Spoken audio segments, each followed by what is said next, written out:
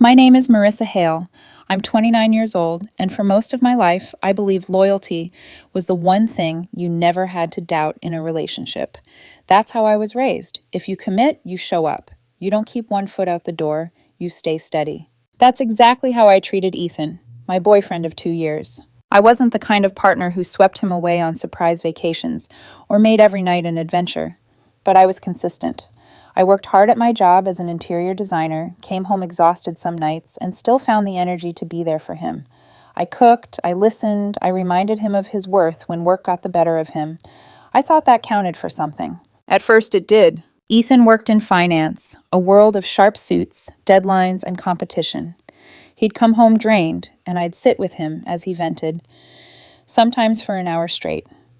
I didn't always have stories to match, but I was always present. He once told me I was his anchor, the calm in his chaos. I loved that role. I didn't need to be exciting. I just wanted to be dependable, the person he could lean on without hesitation. But slowly the tone shifted. A few months ago, Ethan started mentioning a new hire at his office. Her name was Sabrina, a mid-level manager, confident, bold, someone who apparently knew how to command a room. At first, it was just passing comments. Sabrina doesn't let anyone push her around in meetings. Sabrina knows her worth. She told the boss off about a deadline. Can you believe that? He spoke about her with a kind of admiration I hadn't heard in a long time. Not just her actions, but the way he said her name, as though it lingered on his tongue longer than it needed to. I told myself I was being paranoid. People talk about coworkers all the time. Still, something in me shifted. A splinter lodged itself inside me, small but sharp. Then one night, Ethan came home from a work happy hour, buzzing with energy. He tossed his jacket onto the couch and poured himself a drink. You know, Sabrina was hilarious tonight, he said, grinning. She's got this way of telling stories that has the whole table laughing. I forced a smile. Sounds like you had a good time. He leaned back, eyes lighting up. She's just different, confident, charismatic. People pay attention when she speaks. And then he looked at me, not directly, but enough for me to feel the weight of what wasn't being said. I asked quietly, "And you don't think people pay attention to me?" He rolled his eyes, dismissive. "You know what I mean. You're safe, predictable. That's not bad. It's just different." The word safe lodged itself deeper than any splinter. He tried to soften it, but I heard the truth. Safe wasn't a compliment. It was a polite way of saying boring. Over the next few weeks, little digs began slipping into his words. When I hesitated about buying something expensive, he muttered, "Sabrina wouldn't overthink it. She just does things." When I turned down a last-minute trip because of work, he sighed, "You're too careful. Sabrina would just go." It wasn't constant, but enough to sting. Enough to make me feel like I was living in someone else's shadow. I didn't confront him. Not yet. I thought maybe it was just a phase, or maybe he didn't realize how cruel the comparisons were. So I kept showing up the way I always had. Patient, loyal, steady. But here's the truth about betrayal. It doesn't come crashing down all at once. The cracks form long before the wall collapses. And in those nights where I lay awake beside him, pretending to sleep, I already knew something was shifting. Something I couldn't ignore forever. The more Ethan talked about Sabrina, the harder it became to pretend I didn't notice. At first, it was little things. Her name casually woven into stories. But soon, it felt like every conversation circled back to her. I'd ask about his day, and before long, he was telling me about something Sabrina said in a meeting, or how boldly she challenged a client. The admiration in his voice wasn't just professional. It carried weight, an undercurrent I couldn't ignore. One evening, while cooking dinner together, I asked if he wanted more garlic in the pasta. He barely looked up from his phone. "Sabrina swears garlic's the secret to a good sauce. She made this roasted chicken once for the team potluck, and everyone went crazy for it." I stared at him, the knife in my hand frozen midair. Was he really bringing her up over garlic? I didn't say anything, but the silence between us thickened. It got worse at social events. At a friend's birthday, he told a long story about Sabrina standing up to a demanding client. The whole table laughed at his retelling, but all I could hear was how much pride he carried in her boldness. Pride that used to be reserved for me. Later that night, as we walked to the car, I teased, "You really admire her, don't you?" He shrugged, unbothered. What's not to admire? She's fearless. And then, almost as an afterthought, he added, "You could be like that, you know, if you weren't so cautious all the time." The words stung more than I let show. One night, we were curled up on the couch, him with a glass of whiskey, me scrolling through design ideas on my tablet. Out of nowhere, he sighed. You ever think maybe you play it too safe, Marissa? Life's short. Don't you ever wonder if you're missing out? I put my tablet down slowly. Missing out on what exactly? He hesitated, then smirked. On people who actually take chances. The implication hung between us. I tried to steady my voice. So, you're saying you'd rather be with someone like Sabrina? His smirk widened, like he enjoyed watching me squirm. I didn't say that. But he didn't deny it either. That night, after he fell asleep, I lay in the dark staring at the ceiling. His words looped in my mind, twisting into something sharp. Predictable, safe, too cautious, not enough. I thought about all the times I'd chosen him first, canceling plans to be home when he needed me, putting his career deadlines before my own rest, listening for hours without expecting anything back. And now I was the consolation prize, the dependable placeholder. I caught my reflection in the window, the city lights flickering behind me. For the first time, I wondered if I'd become invisible in my own relationship. The cracks were widening, and I could feel something coming, though I didn't know it yet, the moment where those cracks would finally shatter. The collapse didn't come with yelling or slammed doors. It came quietly, like a knife sliding between ribs. It was a Thursday night. I'd cooked dinner, simple pasta, a bottle of Red Open on the counter. We sat on the couch afterward, him scrolling through his phone, me half watching a design show on TV. He started talking about work again, and of course, Sabrina. She practically took over a presentation today, he said with a laugh, shaking his head. She threw out half the slides and redid everything in under an hour. And everyone loved it. The woman can talk her way out of anything. I muted the TV. You mention her a lot, Ethan. He blinked, like he hadn't even noticed. Do I? She's just the kind of person people notice. You'd like her if you met her. I studied him. Maybe. But do you realize how it sounds when you keep comparing me to her? Something flickered in his eyes. Irritation, not guilt. I'm not comparing. I'm just saying she's impressive. And I'm not? My voice was sharper than I intended. He sighed, setting down his glass. Marissa, you're stable, reliable. That's a good thing. But Sabrina, she's bold. She takes risks. Sometimes I wish you'd be more like that. There it was. No subtlety, no filter, just the truth, raw and careless. I felt my throat tighten. So, you want me to be someone else? I didn't say that. His tone grew defensive. I just mean, you overthink everything. Life's short. Don't you ever wonder if you're missing out? The silence between us was heavy, electric. And then, he smirked. Not a nervous smile, not regret. A smirk, like he wanted to test how far he could push me. Honestly, he said, swirling the whiskey in his glass, if Sabrina wanted me, I'd leave you tomorrow. The words sliced through me, cold and precise. I stared at him, my pulse loud in my ears. Say that again? He shrugged, careless. Don't act surprised. You know it's true. Something inside me shifted. A door slammed shut. I didn't yell. I didn't cry. I didn't beg him to take it back. I just looked at him, really looked at him, and saw the truth written across his smug expression. He wasn't bluffing. He wasn't joking. He believed it. All the months of comparisons, the little digs, the subtle undermining, it had all led here, to the moment he told me, without hesitation, that I was disposable. So I nodded, slowly, almost to myself. No, Ethan, you've said enough. I unmuted the TV. The chatter of the design show filled the silence like nothing had happened. His smirk faltered. Wait, that's it? You're not going to say anything? I kept my eyes on the screen. No, you said everything I needed to hear. For the first time in our relationship, he had no comeback. He shifted beside me, restless, sipping his whiskey like it might drown the unease. But I was already gone, sitting right there next to him. That night, I lay awake in the dark, my body next to his, but my soul miles away. He scrolled on his phone like always, oblivious. But I wasn't the same woman I'd been an hour before, because now I knew exactly what I had to do. The next morning, I woke before Ethan. He was sprawled across the bed, hair messy, phone still in his hand from scrolling until he passed out. He looked peaceful, like nothing had happened. But I remembered every word. I made coffee and sat at the kitchen table, staring into the steam as if it might give me answers. I didn't need them. I already knew what had to be done. 2 years of patience, loyalty, and devotion.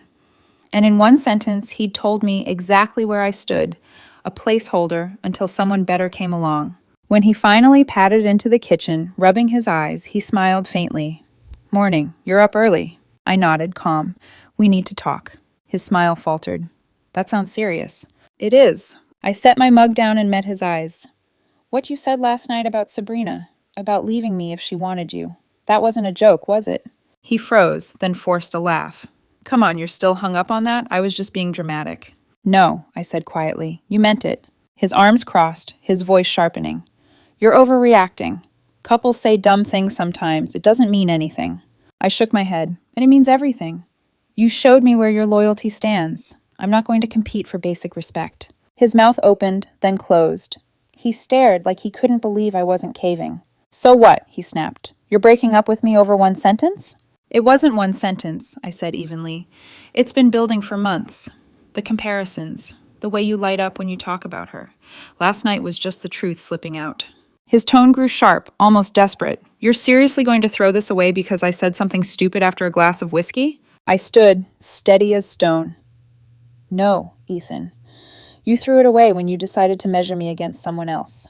I'm not temporary. I'm not a placeholder, but you made it clear that's all I'll ever be to you. He scoffed, his face hardening.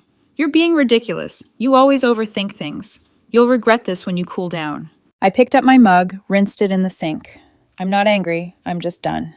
The look on his face was almost comical, like he couldn't wrap his head around me, not fighting for him.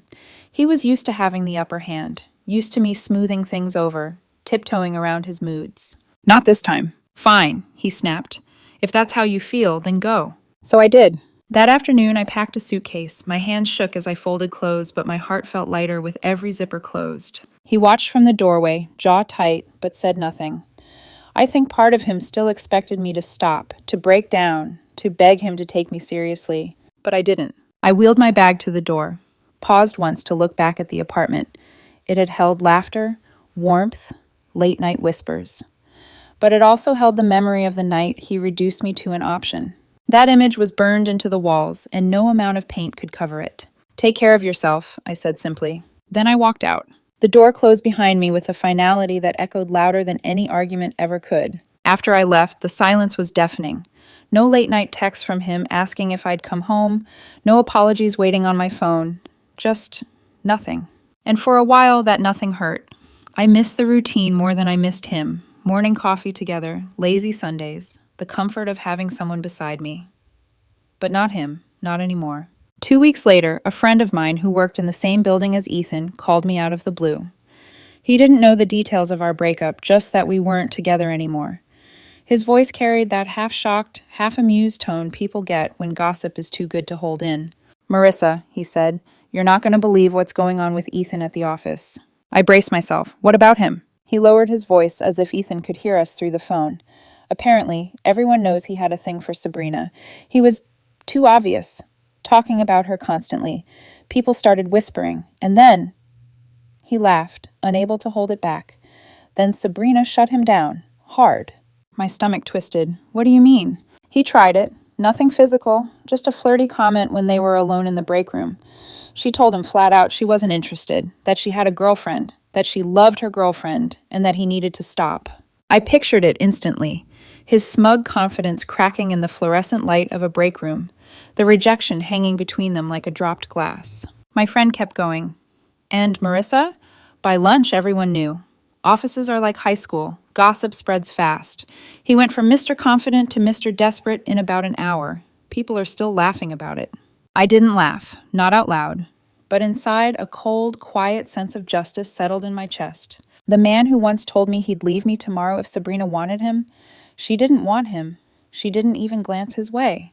And worse, now everyone else knew it too. According to my friend, the fallout was brutal. No more chuckles in the cafeteria when Ethan walked in.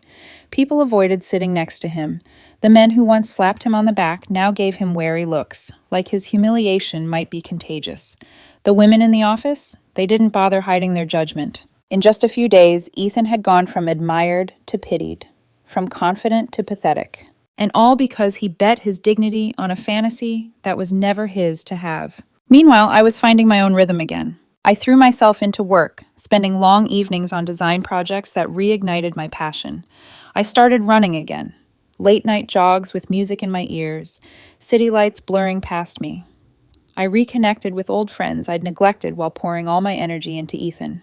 With every day of silence from him, I felt stronger, lighter. He, on the other hand, had gambled and lost. The poetic justice wasn't in his humiliation.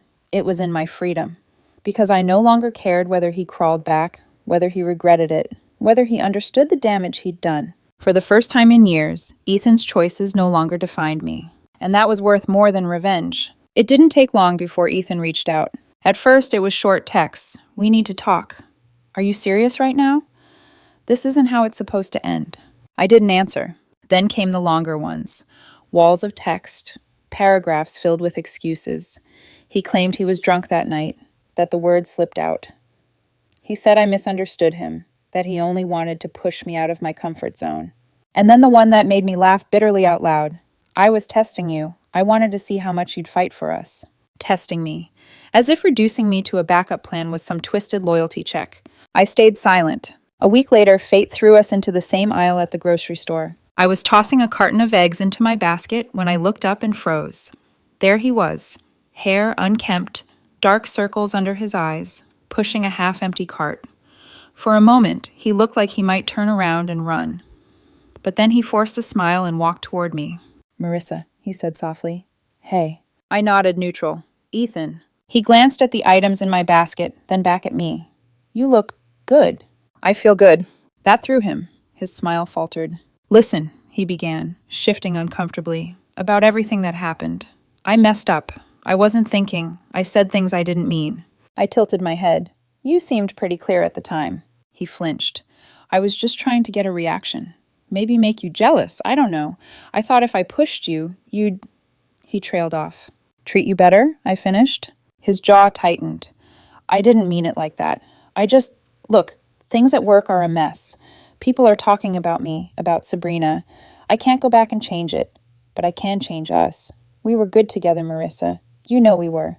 I studied him for a long moment. There it was, the desperation behind his eyes, the cracks in his arrogance. He wasn't missing me. He was missing what I gave him. Stability, loyalty, a safe place to land when the world chewed him up. I took a step closer, my voice low but steady. "You're right, Ethan. We were good. Until you showed me how little I meant to you. And once I saw that, I couldn't unsee it." His mouth opened, then closed.